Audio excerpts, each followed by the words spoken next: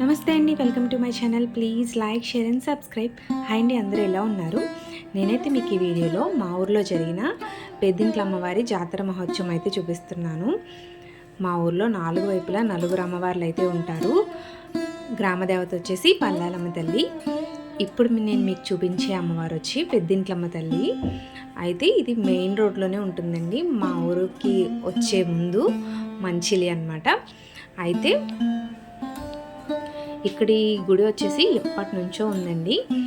కాకపోతే 9వ వార్షికోత్సవం అని ఎందుకన్నా అంటే అప్పట్లో ఒక ఆమె ఈ గుడి దగ్గర శివ చెప్పేవారనమాట. ఇంకా ఆవిడ తర్వాత ఈ గుడి అనేది ఇంకా అలా పాతదైపోయింది. ఇంకా 9 సంవత్సరాల ముందే ఈ అమ్మవారిని అయితే మళ్ళీ పునఃప్రతిష్ఠ చేసి అప్పటి నుంచి ఈ పెద్దింట్ల అమ్మవారి వార్షికోత్సవం అయితే చేస్తూ మొదలు పెట్టారండి. అయితే ఇక్కడ మేమైతే కుంకుమ పూజ చేయించుకున్నాము. ఇక్కడ నాకు నచ్చింది ఏంటి అంటే, మేము అనుకోకుండా అంటే నేను శుక్రవారం పౌర్ణమి వచ్చింది కదండి, ఆ రోజు అనమాట కుంకుమ పూజ జరిగింది. అయితే అప్పటే నేనైతే లలిత సహస్రనామం ఇదివరకు ఒకసారి చదవడం మొదలుపెట్టాము గుళ్ళో, కానీ తర్వాత మానేశాను. ఈ శుక్రవారం నుంచి మొదలు పెడదాము అని చెప్పి అనుకున్నాను నేను. కాకపోతే ఈ గుళ్ళో నేను మార్నింగ్ కుంకుమ పూజకి వెళ్ళాము. అయితే అక్కడ కూడా లలిత సహస్రనామంతో కుంకుమ పూజ అయితే చేయించారు. ఫస్ట్ అయితే అంటే చదవగానే కొంచెం ఇంట్లో చిరాగ్గా అనిపించి నాకు భయం అనిపించింది. తర్వాత ఏం లేదు, ఖచ్చితంగా అంటే మనం మనసులో ఎలా అనుకుంటే అలాగే ఉంటుంది అని చెప్పి నేను కొంచెం గ్యాప్ తీసుకుని మళ్ళీ మొదలు పెడదాము అని చెప్పి మొదలుపెట్టాను. అంటే మనం ఖచ్చితంగా తప్పులు అనేవి చదువుతాము. నేనైతే చాగంటి గారి ప్రవచనాలు వింటూ, ఇంకా ఎవరొకళ్ళు ఉపదేశం చేయాలి అని చెప్తారు కదండి, ఖచ్చితంగా మీరు ఎవరైనా నేర్చుకోవాలి అనుకుంటే చాగంటి గారి లలితా సహస్రనామం వీడియో ఉంది, 1 అవర్ వీడియో. అది కనుక మనం పెట్టుకుని విన్నాము అంటే, ఒక 2-3 టైమ్స్ విన్నాము అంటే మనకి కరెక్ట్గా ఎక్కడ ఆపి ఎక్కడ మొదలుపెట్టి ఎక్కడ చదవాలి అనేది ఖచ్చితంగా తెలుస్తుంది. నేను అలాగే చదువుతున్నాను. చాలా వరకు కొంచెం తప్పులు లేకుండా వస్తుంది అని నాకు అనిపించింది.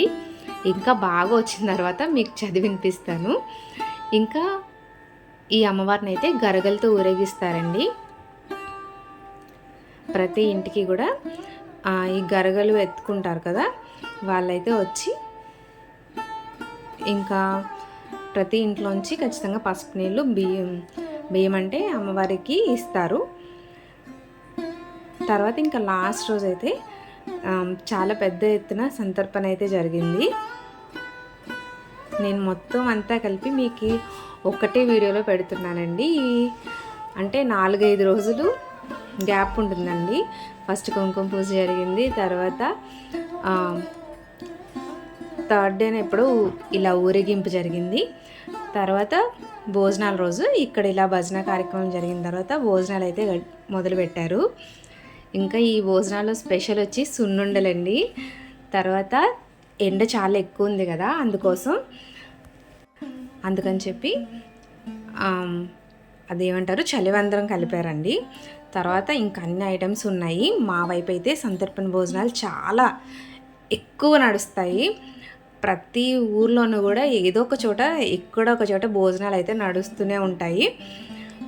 మాకైతే అమ్మవార్లు ఎక్కువే ఉన్నారు కాబట్టి ఒక్కొక్క గుడి దగ్గర ఒక్కొక్క టైంలో భోజనాలు అవుతాయి. ప్రతి శనివారం కూడా వెంకటేశ్వర స్వామి గుడిలో భోజనాలు ఉంటాయి వెళ్ళే వాళ్ళకి. మేము అనుకోండి అప్పుడప్పుడు వెళ్తాను, నేనైతే చాలా తక్కువ, కానీ ఇలా అంటే ఇప్పుడు మా ఫ్రెండ్స్ అందరూ కలిసి వెళ్తున్నాం కాబట్టి ఇంకా అప్పుడప్పుడు వెళ్తున్నాం అనమాట. ఇదివరకైతే అసలు ఎప్పుడో మా వీధిలో వినాయక చవితి సందర్భానికి వెళ్ళేదాన్ని. ఇప్పుడు సరదాగా ఫ్రెండ్స్ కూడా కలిపి వెళ్తున్నాం కాబట్టి అప్పుడప్పుడు వెళ్తున్నాము. ఇంక ఇక్కడైతే మా అన్నయ్య గారి వల్ల మెయింటెనెన్స్ కాబట్టి మేమే అయితే వడ్డించామన్నమాట, మా ఫ్రెండ్స్ అందరూ కలిసి. ఇంకా మా వారు, ఇంకా మిగతా మా వారు అంటే మా ఫ్రెండ్స్ వాళ్ళు అన్నయ్య గారు వాళ్ళు అందరూ కలిపి ఇక్కడ వడ్డించడం అయితే చేశాము. ఇక్కడ గుమ్మడికాయ కూర, బంగాళదుంప కూర, ఇంకా పప్పు, టమాటా పచ్చడి, సాంబార్, పెరుగు, ఇన్ని ఐటమ్స్తో అయితే సందర్పణ భోజనాలు అయితే గడిచాయి. ఇంక ఈ సంవత్సరానికి అయితే ఈ అమ్మవారి మహోత్సవం అయిపోయినట్టే. మళ్ళీ నెక్స్ట్ ఇయర్ అయితే మీకు మళ్ళీ చూపిస్తాను. వీడియో కనుక నచ్చితే లైక్ చేయండి, అలాగే ఛానల్ సబ్స్క్రైబ్ చేయండి. థ్యాంక్